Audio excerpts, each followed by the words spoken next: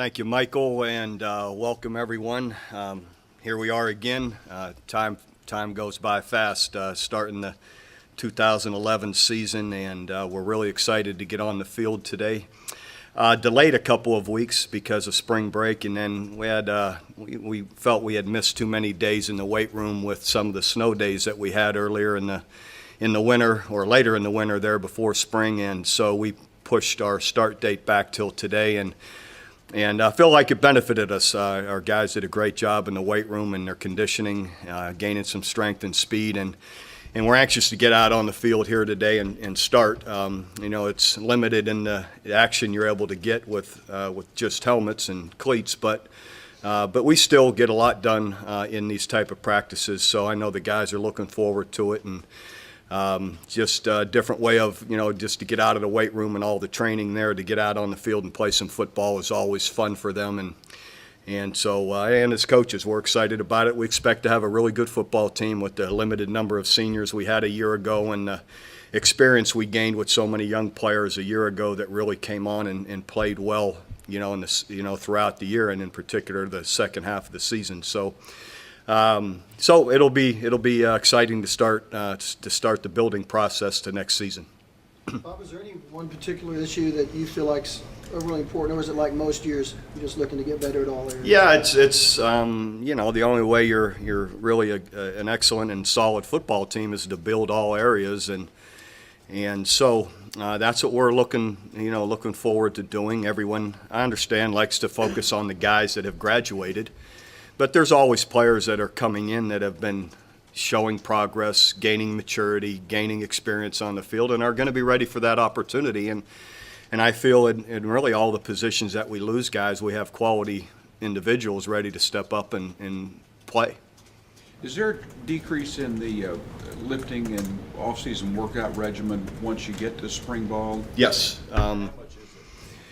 We really only work out on the days that we don't practice, as opposed to, it's pretty regimented during the winter. It's Monday, Tuesday, Thursday, Friday are their lifting and training days, and so and you're only allowed 8 hours a week through that period of time to be working on it. So now once you get into spring ball, it's it goes back to like the playing season where you're allowed 20 hours a week. So basically we only have 2 or 3 days a week where they have a 45-minute lift, just to sort of maintain until we get through this period of time. Can you talk about the move of Colvin to safety, and is that going to be an experimental thing, or you guys see him as a safety in his future? Oh yeah, it's experimental, but I believe it's going to be great for us. In that position in today's world, much like we moved Jonathan Nelson from corner to that position because of his speed, athleticism, the way that strong safety plays in today's world is the guy has to have corner-like ability to run, to change direction, because of the nature of so many spread-out teams. That position is usually out to the split side, wide side of the field, where there's 2, 3 receivers, and a lot of times this playing, even if he's playing zone and gets some underneath coverage, anything down the middle of the field, he's in a man position against a speed receiver and a slot receiver. So it's not like the old days of 2 tight ends or pro and twin where there's 21 personnel on the field and fullbacks where that guy's taking on blockers, filling holes. That isn't so much of the position anymore. 80-90% of the time he's out in a spread position. So that worked really well for us with Jonathan, and Aaron is an excellent athlete. We saw that a year ago, and believe it's going to be great for him and for the team. It must be a vote of confidence for Gabe Lynn, too, that he's ready to step in. It is. Gabe has had a great winter, and Coach Smith's really been excited about all his progress through the winter. And so, sure, we're anxious to see, him to continue to develop on the field. So, but all of those guys have to do it when it comes time in practice and in competitive situations and in scrimmages. So a lot of that will be yet to be seen for all of them, but Aaron, and Gabe and everyone else as we move forward with it. Do you believe Jamel Fleming will be back? And what would happen with Colvin if he does come back? I'm not. I think since he is not here, I'm not gonna talk about him since I'm not sure of whether I'm allowed to or not. So at the end, I'll just talk about the guys that are here right now. With a new coach, a new position coach, and a realignment of the offense a little bit, how much of what's going to take place in the fall actually starts transpiring here in the spring? All of it. I mean, we'll practice. Can you explain how that kind of is going to unfold? It's not a big deal. At the end of the day, Coach Gundy has always worked part of the time with the fullbacks while Coach Wilson had the tight ends. They'd be working on their exchanges or certain, drills that they do. And at times, tight ends and tackles are all involved in pass protection and work it at some degree. So in the end, it's not a big deal. These guys are all quality coaches that understand, what they're doing, and it just gets down to really semantics, who's in whose meeting room. At the end of the day, the way we practice really doesn't change. Haven't you always had two coaches with the offensive line anyway, or maybe Not really. No, we've just had Coach Patton and a graduate assistant. What's the thought? Coach Wilson, though, Kevin, when he was with tight ends, still would partly take over and help, to a degree in there too. What is the thought of the benefit of having a tackles-only coach versus an interior? Well, it's not tackles only, it's tight ends and tackles, and then centers and guards. Big reason is it divides up the number of players in each meeting room, the number of players you're keeping up with off the field, making them accountable, doing everything they need to do. And then you have more eyes. One guy's able to watch one side of the line, the other guy the other side of the line. And in a sense, you have two line coaches with all the number of positions, with 5 positions up there. That can be, that's challenging. So I think it's going to really be good for us and gives us more eyes up front.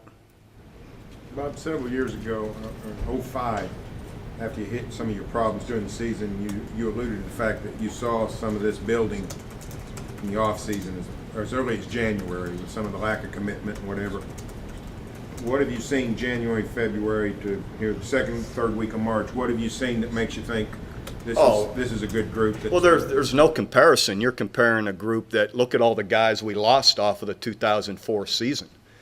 So we had a bunch of guys coming back in 2005 that really hadn't played much, if at all, that thought they were like the guys in 2004. And at the end of the day, they hadn't earned that. They hadn't earned it on the field, experienced, gained the strength and speed in the weight room to have those expectations, and I didn't feel at that time that we really overall, the players' work habits were where they had been in 2003, 4, and some of the better years that we had. And again, I think a lot of it was immaturity of thinking just because you're here, it happens. These guys have played a lot. These guys that are coming back, the experience that they have played a lot on the field, do know what it takes. In the winter, their attitude and all has been much like it was a year ago, in that they were a really fun group to coach because they accepted coaching, they pushed themselves, they like being on the field, they like competing, and they really have done that through the winter.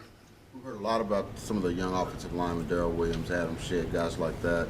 But you got a lot of linemen who play. How much of a movement can those guys make this? Hopefully they'll make good movement. They're guys that show potential with their ability. But now, again, you have to transfer it to the field and understand what we're doing and do it in competitive, challenging situations. But we expect those guys to definitely compete for starting jobs and playing time. And we'll give them all the opportunity to do so. About guys that ended the season injured, Ronell Lewis, Roy Finch, Calhoun, DeJuan Miller, what their status is heading into spring? Yeah, Roy is expected to go. Ronell is expected to go, though we want to be smart on how much we give him. But right now, he went through the whole second half of our winter with no problems and is feeling good. So he's really been cleared to go. DeJuan is expected to be cleared this week, if not today. We're expecting him to be out there. Jeremy isn't quite ready, but healing fine and doing well. You had two guys in your depth chart, too, Miller, Rattery, that said they weren't included because of injury. Could you update on those? Let's see, who are you asking about, John? Millard, Trey Millard is, Millard is not, no, and Trent Rattery's shoulders will not be, they won't get any spring ball, but they're healing fine, and it's just the nature of that repair that they had that they're not, it takes about 4 months for them to get beyond it. Both were shoulders, you said? Yeah. You had 3 freshmen that graduated early to go through spring. From what you know so far, how have they done? They've done really well.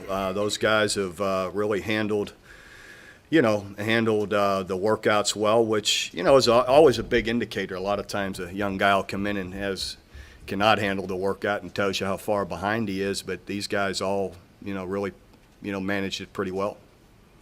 What are the first impressions of Brandon Williams? Very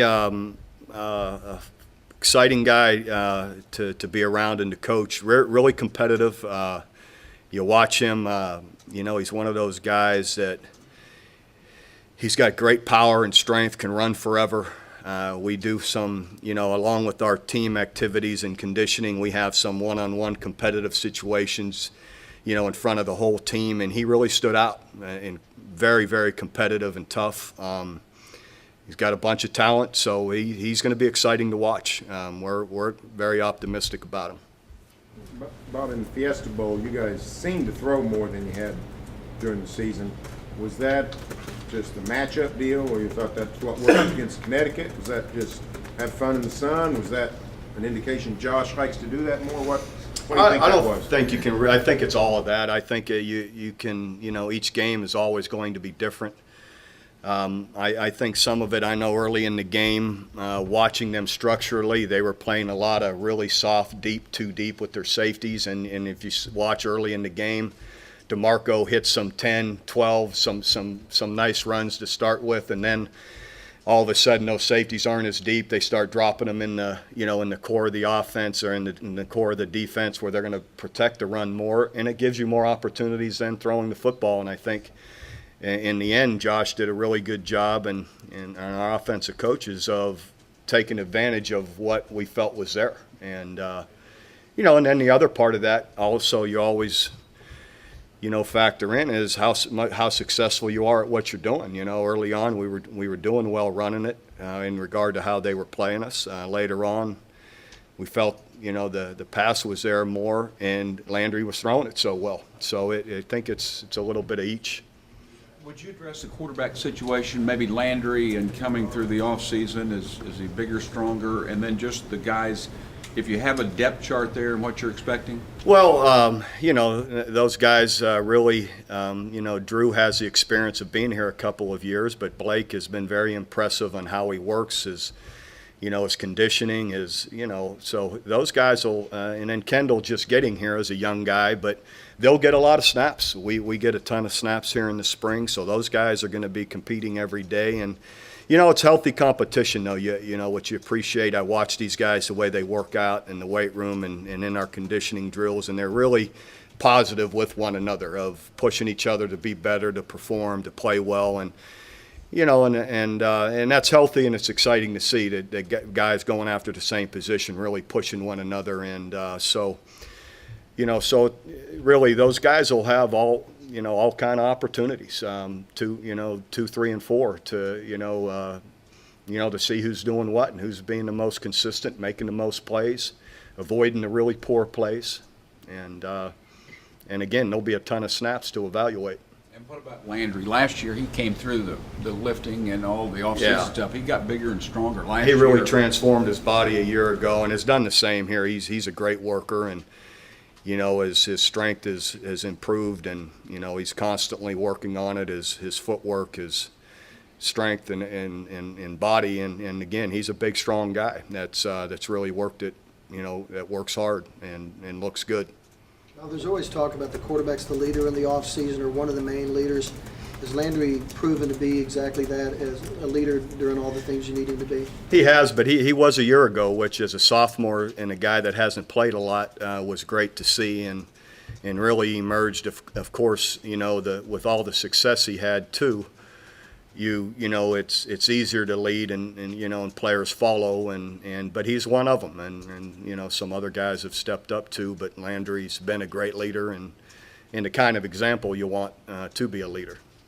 Before the injury in the Fiesta Bowl, Ronell was playing really well, like the last 3-4 games. Could you talk about his development and how excited you guys are to see him get back? Yeah, it was great to see his natural ability really just to start to happen without, of course, there's a lot of thought that goes into it, but really the best players just play instinctively, and he just got to where he was finally comfortable in the defense, what we're asking him to do, the different assignments, and you know, so in the end, you know, he really showed it. He really came on and played well, you know, in the last probably 4 or 5 games, and he'll only get better from it. You know, the more experience now he has on the field, and he's always gaining strength and power if that's at all possible, but he continues to, you know, to work hard at it.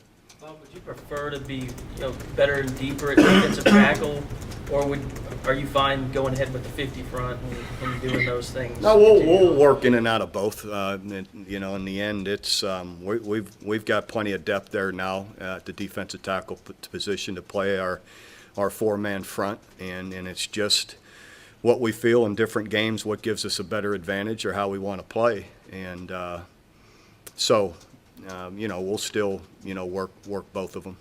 Daniel Novak, that you mentioned earlier. Yeah, it's been exciting. Daniel's had a great winter too, and has really had no effects as he's gone here through the last 3 quarters of the winter, and has worked well and looks good, and he'll give us a boost too. Daniel's a really good player, so it's going to be good to see him back and, you know, giving us some help in there.